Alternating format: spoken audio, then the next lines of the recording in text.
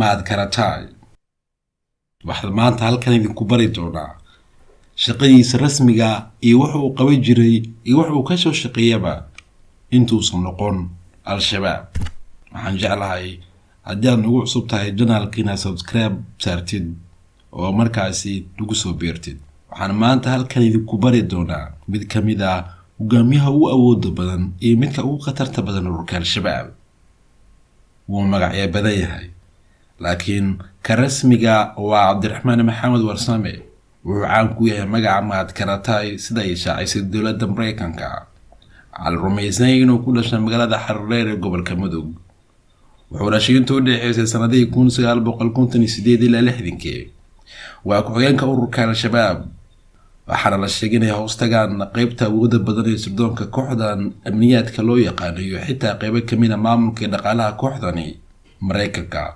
waxay sheegeen in ninkan uu ku hadlo afafka Carabiga, Sawaaxiliga iyo Soomaaliga. kor al-shabaab iyo burburkii dowladda Soomaaliya wuxuu maad kartisanaa jiray sirdoonka Soomaaliya iyo dowladda kacaanka sidii dad kala duwan ay xaqiijiyeen. maahan isagoo kaliya laakiin rag badan oo ka tirsanaan jiray ciidamadii dowladda kacaanka ayaa ku biiray burburkii kadib ururada islaamiga ay ka jira Soomaaliya. kuwooda uu magaca dheer waxaa ka mid ah Xasan Daahir Aweys oo ahaa hogaamiye sare oo ka tirsanaa ururka Al-Ittixaad oo mar ahaa kan ugu ballaaran uguna awoodda weyn ururada islaamiga ay ka jira Soomaaliya. waxaa la rumaysan yahay inuu mahad ka mid yahay aasaasiyaasha kooxda al-shabaab laakiin maaha nin magaciisii muuqiisa aad u soo shacbaxay bilowgii kooxdani. wuxuu ku eedeysan yahay inuu door weyn ka qaatay weerar iyo qarxyo kooxda ay ka geysatay dalalka dariska oo ay ka mid yihiin dalalka Kenya iyo Uganda. waxaa ka mid ah weeraradaas kii 2015 ka dhacay jaamacadda magaalada Garissa ee gobolka Waqooyi Bari waddankaasi Kenya kaas ay ku dhinteen dad ka badan 150 qof.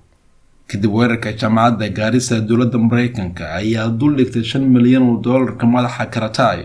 lacagtaas waxaa loo ballan qaaday cidii keenta xog horseedi kartaa in la soo qabto miladila karataay. si lamid ah waxaa Mareykanka lacag dhan $6 milyan Mareykanka ay ku doonayaan madaxa hogaamiyaha al-shabaab Axmed Yidhi oo bedelay Axmed Godane oo Mareykanku ku dilay duqeyn 2014 laakiin Mareykanka weli kuma guuleysan doonistooda. sidoo ay tahay marar kala duwan dowladda Soomaaliya iyo Kenya ayaa shaaciyeen dilka hogaamiyaha qarsoon ee maad karataay. waraantii bishan dowladda Soomaaliya iyo Mareykanka oo iskaashanaya duqeyn ku dilay Cabdullaahi Nuur oo lagu tilmaamay inuu ahaa ninkii loo qorsheynayay inuu la wareego hoggaanka ururka al-shabaab kadib Axmed Yidhi oo hogaamiyaha xilligan ururka al-shabaab. dad kala duwan oo xoogaala oo magacyadooda aan qarinay ayaa sheegay in karataay uu ka shaqeey jiray shirkad xawaalad oo markaasi ku taal magaalada Nairobi caasimadda waddankaasi Kenya. waxaa la sheegay in xabsiga loo taxaabay kadib markii weerarada argagixisada ka dhaceen waddanka Mareykanka 2001. waxaana la sheegay in qareen kadib la sii daayay karataay. ayaa la sheegay inuu u gudbay waddankaasi Ethiopia kadibna uu soo galay gudaha Soomaaliya soo markaasi la shaqeeyay ururka Al-Ittixaad oo qaybo badan ka mid ah Soomaaliya ka direeri jiray. dad kala duwan ayaa xaqiijiyay in karataay ka hor intuusan ku biirin dowladda hore ee Soomaaliya sirdoonkooda oo ka shaqeey jiray maqaayad ku taal magaalada Muqdisho. karataay ayaa la sheegay inuu shaqooyin kala duwan oo nolosha hoose uu soo maray laakiin iminka waa nin madaxiisa lagu dooniyay lacag dhan $5 milyan. waxaana la sheegay inuu yahay kan ugu khatarta badan ururka al-shabaab kaas oo lagu tuhumayo inuu laayay dad badan oo Soomaaliyeed oo muslimiin ah. dimuqraadiyaduna waa diin gaalo weeyaan. maadaama ay diin gaalo tahay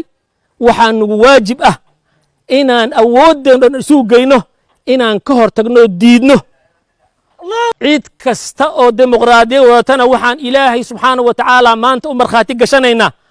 inaan dhuunta ku dhufanayno. dad badan baa la dilaa oo al-shabaab dishaa. sidee baad u justify garayn kartaan dadka Soomaalida ah ee muslimka ah dilkooda idinkoo u dagaalamaya saad sheegaysa islaamnimo? inagu cadow baan ishaynaa cidda cadow baan ishaynaa waa isdilaynaa. mar haddaan isdilayno kolba aaladda la isku dilahay ayaa waxaa ka dhalanaya in cid loogu talagalay ciidan loogu talagelin. shabaab waxa ay ku midaysan yihiin oo go'aan u ah in cid kasta oo shareecadu ay dhiigooda ka xarimtay inuu xaraam ka yahay gaal muslimku yahay. arrinka ma u diyaar garownay Soomaali waa dad muslima say u dhan yihiin idinkana waad dagaalantaan miyaydan xal kale si kale xalka u raadin karin idinkoo aan xabaddan iyo dagaalkan iyo dilkan geysanin runtii waa su'aal muhiim weeye xaqiiq waxaa ah adduunkan aynu ku noolnahay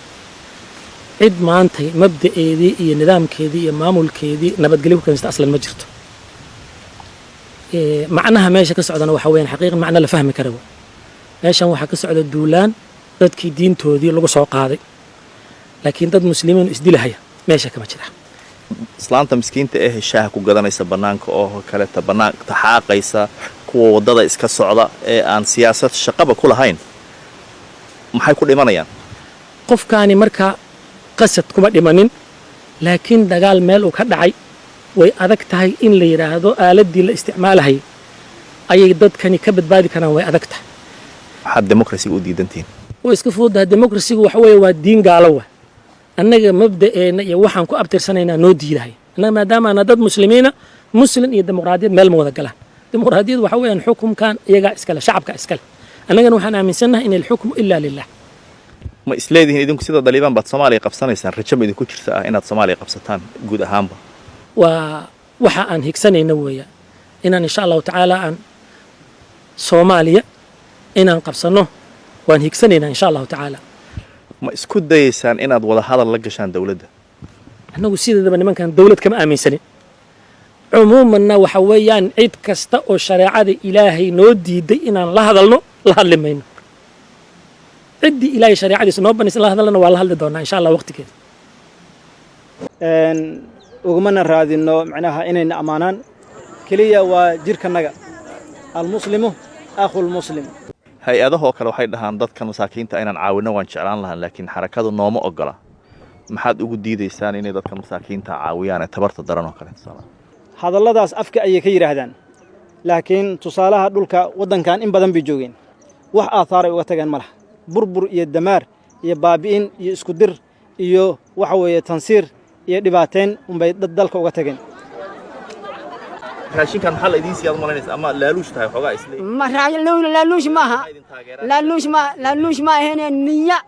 kashi ilaabka ka soo go'day iyo kalgacayl muslimnimo wa iyo masaakiin la taageerayo oo alxamdulilaahi dadkooda alxamdulilaahi muslimiin ay yihiin kuma dhahaan miya haddaan raashinka ku siino wiilkaaga waa inaad mid carruurtaada noo keento wiilka hadduu alxamdulilaahi asagaa soo galaa maxaa karta adiga asagaa muslimiinta ba alxamdulilaahi jecele It's hard to know inaan halkan imaado ka dhex shaqaysto walaadka markaan arkay kala dambeynta iyo amniga iyo wanaaga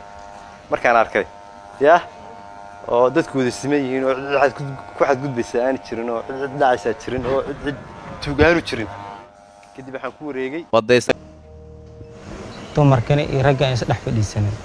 sidaas kaaga baan waxa fiican dumarka inay gees u fadhiistaan raggana inay gees u fadhiistaan oo isgaareen hadday isla fadhiistaan hoos iska galaan maxaa dhici markaa waa munkar weyn markaas waxaa ilaahay dembi laga galo Soomaali waa dad muslima